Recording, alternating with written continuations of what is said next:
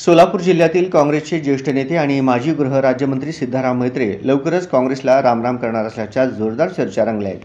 अलीकडेच उपमुख्यमंत्री एकनाथ शिंदे यांना सार्वजनिक कार्यक्रमात हात जोडून केलेल्या नमस्कारामुळे या चर्चांना अधिक बळ मिळाले आहे।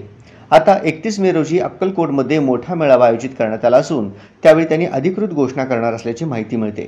सिद्धाराम म्हेत्रे यांनी आपल्या राजकीय कारकिर्दीची सुरुवात स्थानिक पातळीवरून केली। त्यांनी अक्कलकोट विधानसभा मतदारसंघात मजबूत जनाधार तयार केला होता।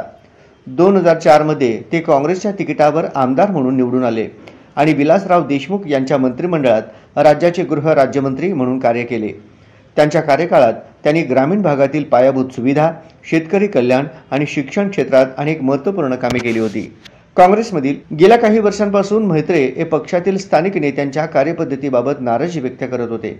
मतदारसंघातील विकास कामांमध्ये अडथळे येत असल्याची तक्रार त्यांनी वेळोवेळी केली होती।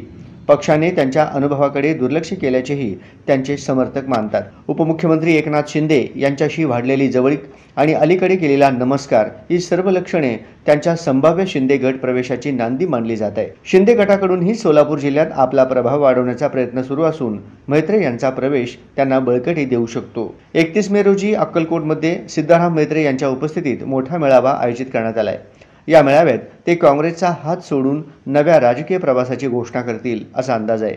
त्यांच्या समर्थकांमध्ये उत्सुकता आणि हालचाली वाढल्या आहेत।